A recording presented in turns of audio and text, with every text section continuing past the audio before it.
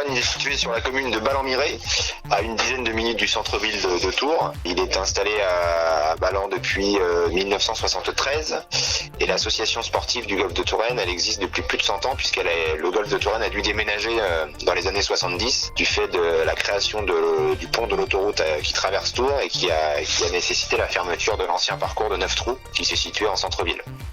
Le golf a été créé en 71 et inauguré en 73. C'est Michael Fenn qui l'a dessiné. C'est un parcours qui est pas très long, qui est sur à peine 50 hectares, qui se dessine avec un peu de vallon, quelques beaux obstacles d'eau, quelques ruisseaux. Donc voilà, c'est un parcours qui est assez sympa, qui se défend plutôt bien, même s'il est pas très long, qui est assez technique.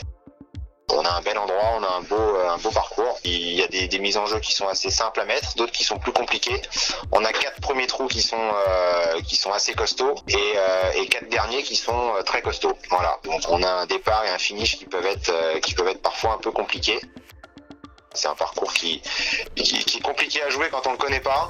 Et puis à partir du moment où on sait un peu plus où poser les mises en jeu, c'est tout de suite un peu plus simple. Ouais.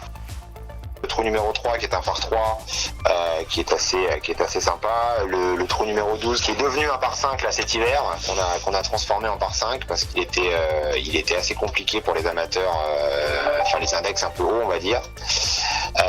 Donc on l'a transformé en par 5, c'est un trou qui revient vers le château qui est assez beau. Et puis on a des trous comme le 18 qui est un long par 4 qui serpente entre les arbres et qui remonte vers le château. Donc oui, c'est assez joli. C'est un château qui a plus de 300 ans, qui a été rénové complètement. Nous on a refait tout l'intérieur a été refait récemment là. Pas hésiter à venir découvrir la région, il y a plein de belles choses à y voir.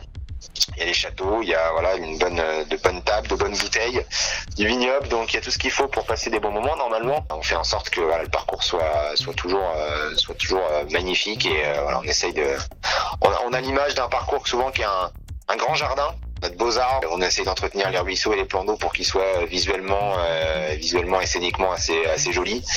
Donc l'entretien est fait justement pour permettre de faire en sorte vraiment que les golfeurs passent un bon moment. Ouais.